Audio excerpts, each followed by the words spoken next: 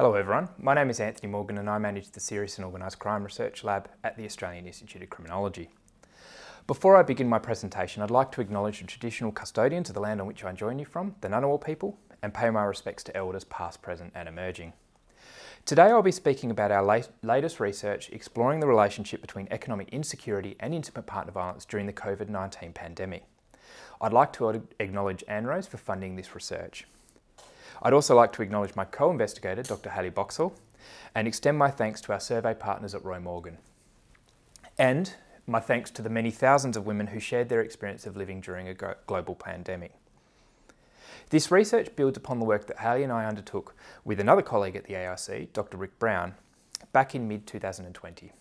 At that stage, there was already considerable concern about the safety of women during COVID-19 and a so-called shadow pandemic. It can be very hard to measure a problem that is often so well hidden. Back in 2020 and even through 2021, we have seen mixed evidence about the impact of the pandemic on indicators of partner violence using official data, self-report surveys, practitioner surveys and other sources. The aim of our research was to try and capture the experiences of a large sample of women who had not necessarily had contact with police or any other support services. We wanted to provide a more detailed picture of the types of violence that women had been subjected to and how partner violence has been impacted by the pandemic. In this presentation, I will describe the findings from our survey of more than 10,000 Australian women in a relationship about their experiences of intimate partner violence in the first 12 months of the pandemic. I will begin by providing a short summary of our first report, released in October 2021, before I describe the findings from our latest report on economic insecurity. We conducted our survey online using a blended sampling design that combined a smaller probability sample with a larger non-probability sample. This meant we were able to survey a large sample of women from around the country who were representative of the spread of the female population in a relationship at any stage during the previous 12 months. Nevertheless, you'll hear me refer to our survey participants rather than women more generally, as we're cautious not to generalise beyond our otherwise very large sample of respondents. I'd also encourage people to read our report to understand how we prioritise the safety of women completing the survey, especially those who are in unsafe situations at home. The results from the survey are concerning and highlight just how important it is that we take steps to ensure the safety of victim survivors, especially as we continue to ease restrictions and accelerate the economic recovery from the pandemic. 1 in 10 women who responded to the survey had experienced some form of threatened, attempted or actual physical violence by their current or most recent partner in the 12 months prior to the survey. Most often, respondents said this involved being pushed, shoved or grabbed, but it also included extreme acts of violence. Around 40% of respondents who said they'd experienced physical violence said their partner had used or threatened some form of strangulation or choking. A third said a weapon was involved. But what's even more concerning is what we found regarding the more invisible forms of violence and abuse, the behaviours that are rarely captured in official sources of data. 1 in 12 women who responded to the survey had experienced some form of sexual violence. Most often this involved a partner who attempted, threatened or forced them to take part in sexual activity against their will. And 1 in 3 women who responded to this survey had experienced at least one form of emotionally abusive, harassing or controlling behaviour, meaning non-physical forms of abuse. These non-physical forms of abuse included different forms of financial abuse, verbally abusive and threatening behaviours, stalking and monitoring, social restriction and reproductive coercion. The most common form of non-physical abuse was financial abuse, which is extremely concerning given the economic consequences of the pandemic, with almost 20% of women who completed the survey experiencing this in some form. This included behaviours like keeping financial information from the respondent, making major purchases with the respondent's money or shared money without talking to them, refusing to contribute to household expenses, and pressuring the respondent to give them money. And a point I want to make about women's experience of non-physical abuse during the pandemic is just how pervasive the role of technology was. Around a third of women who experienced some form of non-physical abuse said it involved some form of tech-enabled violence. This equates to more than 1 in 10 women who responded to the survey. This included behaviours like accessing social media and email accounts without consent, stalking the respondent using software and apps installed on their devices, and taking a sexual image without consent. Efforts to reduce partner violence must prioritise addressing tech-enabled abuse. I also think it's really important to be clear that these were rarely behaviours or incidents that occurred in isolation. They more often occurred as a pattern of behaviours than not. What I mean by this is that many women who experience one form of non-physical abuse, like financial abuse, also experienced a different type of abuse, like socially restrictive behaviour. In fact, 60% of women who indicated they experienced non-physical partner violence reported abuse across more than one domain. These are not, as some might try to argue, isolated incidents or misunderstood behaviours. These were clear attempts by respondents' partners to regulate different aspects of women's lives. Nearly 9 in 10 women who experienced physical or sexual partner violence said they also experienced at least one form of non-physical abuse. At the same time, only a third of women who experienced non-physical forms of partner violence also experienced physical or sexual violence. The help-seeking needs of these women and how they differ from victims of physical violence should also be considered. When we talk about the pandemic, we can't ignore the serious economic consequences that many people around the country have experienced, nor the role that economic insecurity during the pandemic may have played in exacerbating the risk of violence. Even before COVID-19, there was a large body of evidence that showed economic insecurity influences violence against women. Drawing on this existing evidence base, we included several measures of economic insecurity in our survey related to 4 main concepts. We asked women about their employment status and the employment status of their partner, and used this to identify relationships where one partner was employed and the other was not.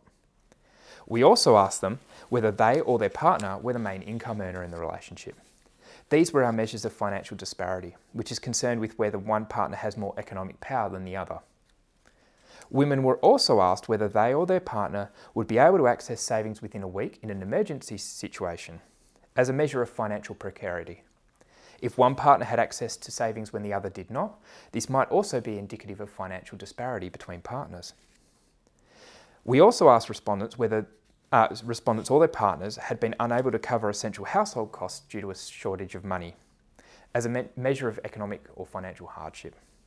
This might have included things like food, medical costs, and household bills.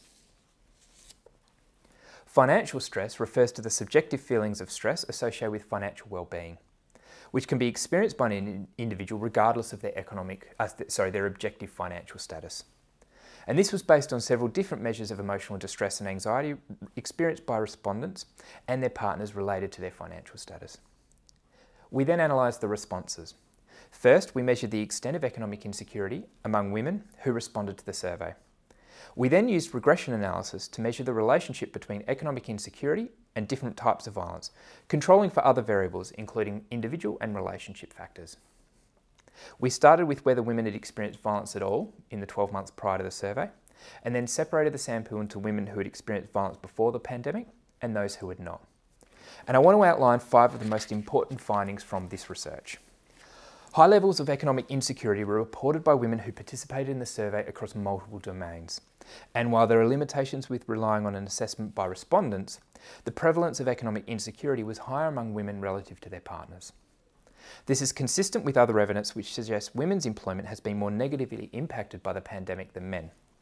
This is because of the concentration of job losses in industries with more female employees, and because of women's role as primary carers of children and the rise in parent-only childcare arrangements during the pandemic. 3 in 5 respondents report that they had been in full-time, part-time or casual employment for at least part of the last 12 months prior to the survey. 1 in 3 of these women reported that they had been temporarily laid off, lost their work or had to take a pay cut or reduce their hours.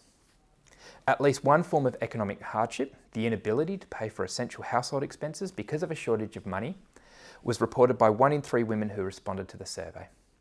In addition, 1 in 5 respondents said their partner had experienced at least one form of economic hardship.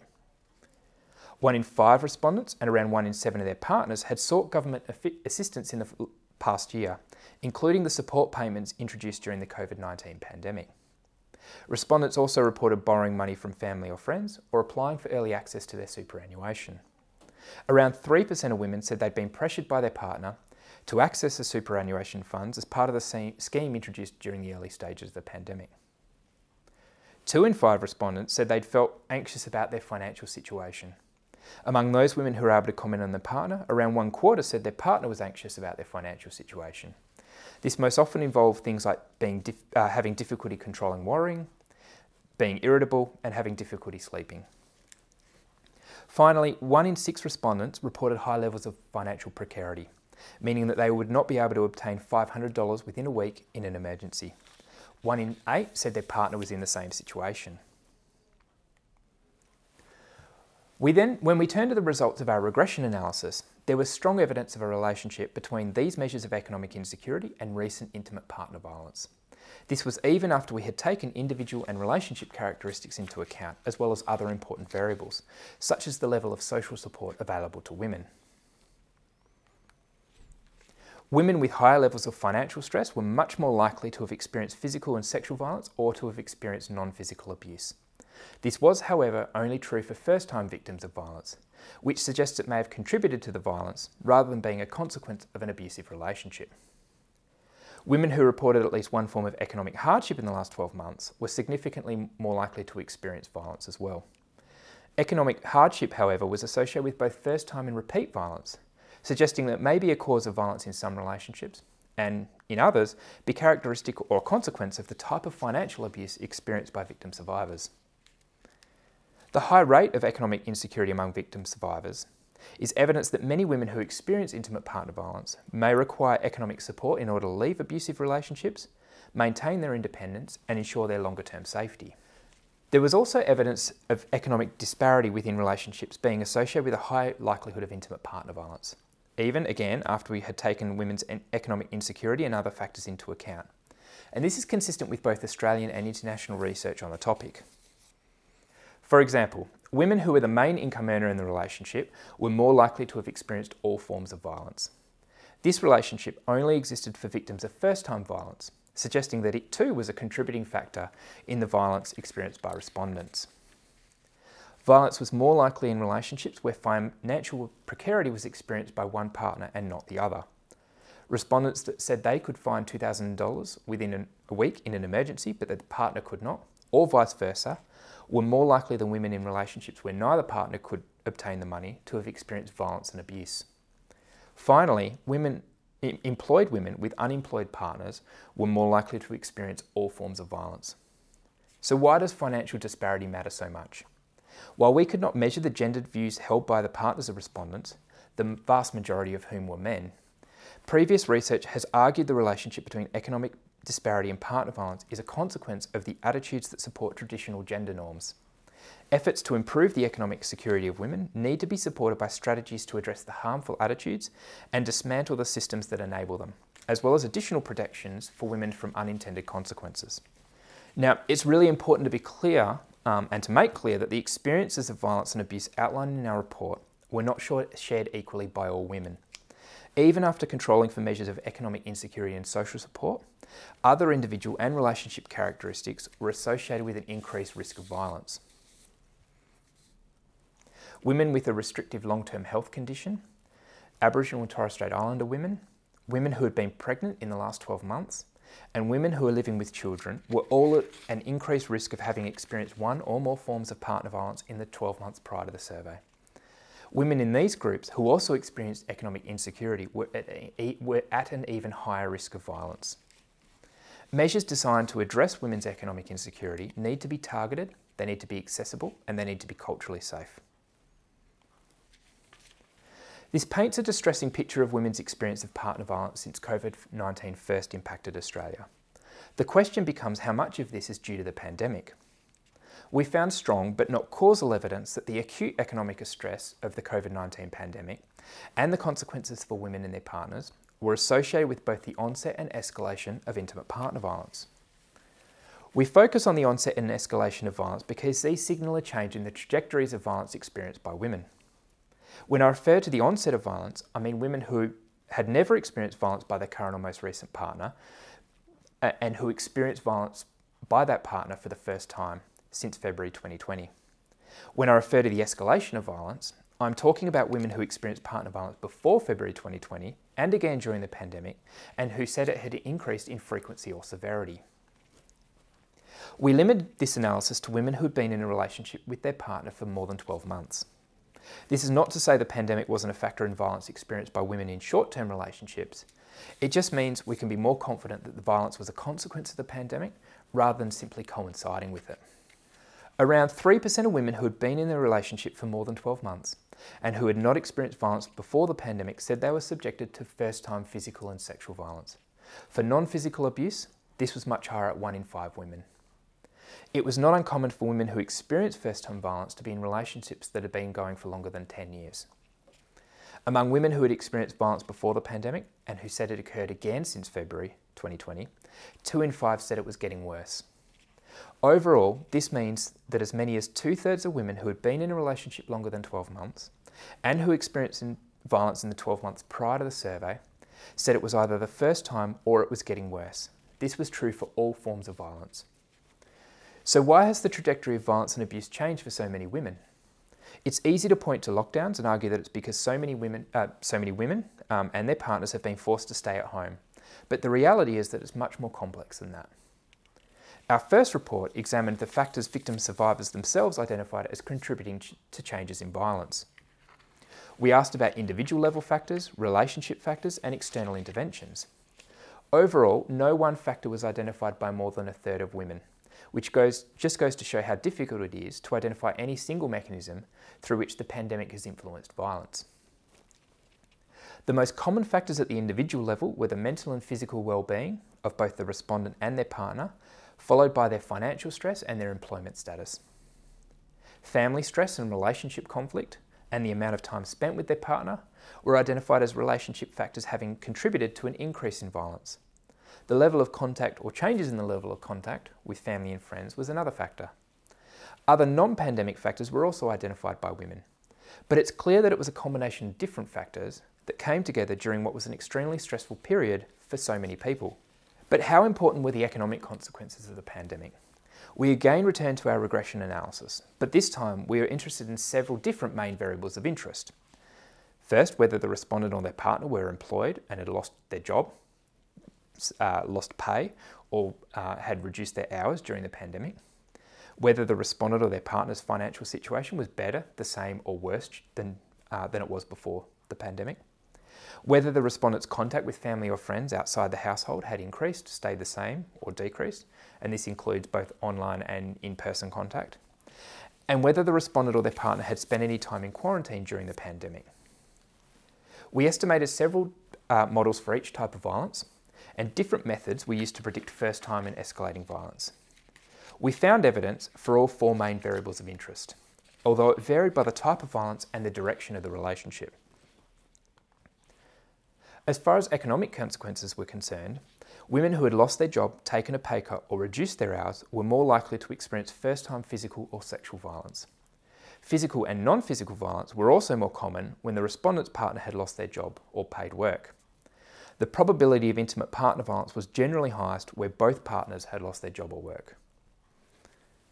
An increase in the frequency and severity of physical and non-physical abuse among repeat victims was associated with a partner losing their job or work, but not the respondent. This suggests that changes in the employment status of partners in abusive relationships may have exacerbated the risk of violence. We also found that women who said their financial situation had improved when compared to 12 months ago were more likely to experience both increasing and decreasing severity of violence, compared to women whose financial situation was unchanged. This reflects the complex role of economic stresses in relationships characterised by ongoing patterns of abuse, but also the challenge of disentangling which aspects of economic insecurity are a cause, characteristic, or consequence of abuse. Together, our reports outline a concerning but also complex picture of women's experience of partner violence during the COVID-19 pandemic. The results highlight the importance of efforts to try and mitigate the economic consequences of the pandemic now and in future stages of the Australian response to COVID-19. The findings are also relevant to other significant events, including natural disasters, where there may be a sudden impact on the economic circumstances of individuals, relationships, and associated financial stress. Importantly, our research can help guide decisions regarding the best types of and timing for economic supports for women to prevent intimate partner violence, support victim survivors currently in abusive relationships, and to support women after they separate from abusive partners. Our findings address and overcome some of the key limitations of previous research that explored the link between economic insecurity and intimate partner violence. This included by measuring different types of partner violence, recruiting a large sample of women from the wider community, and measuring the relationship between acute economic stresses and more chronic forms of economic insecurity and partner violence. That said, future research is still needed to better understand the causal role that economic security plays in partner violence and, importantly, how it intersects with other factors. As our study has shown, this future research needs to consider the circumstances of both partners in the relationship and specifically the role of both economic parity and disparity. The relationship between women's economic insecurity and intimate partner violence is a complex one. It's an area where urgent action is needed, especially within the context of a global pandemic. But it's also an area where it is possible to take immediate, tangible steps to make inroads into the significant threat posed by intimate partner violence to women's safety. You can read more about our research into economic insecurity and intimate partner violence and the influence of COVID-19 on intimate partner violence on both the ANROS and AIC websites. Or you can hear Hayley and I discuss our research into domestic violence in more detail in the first episode of CrimPod. Thanks very much for listening.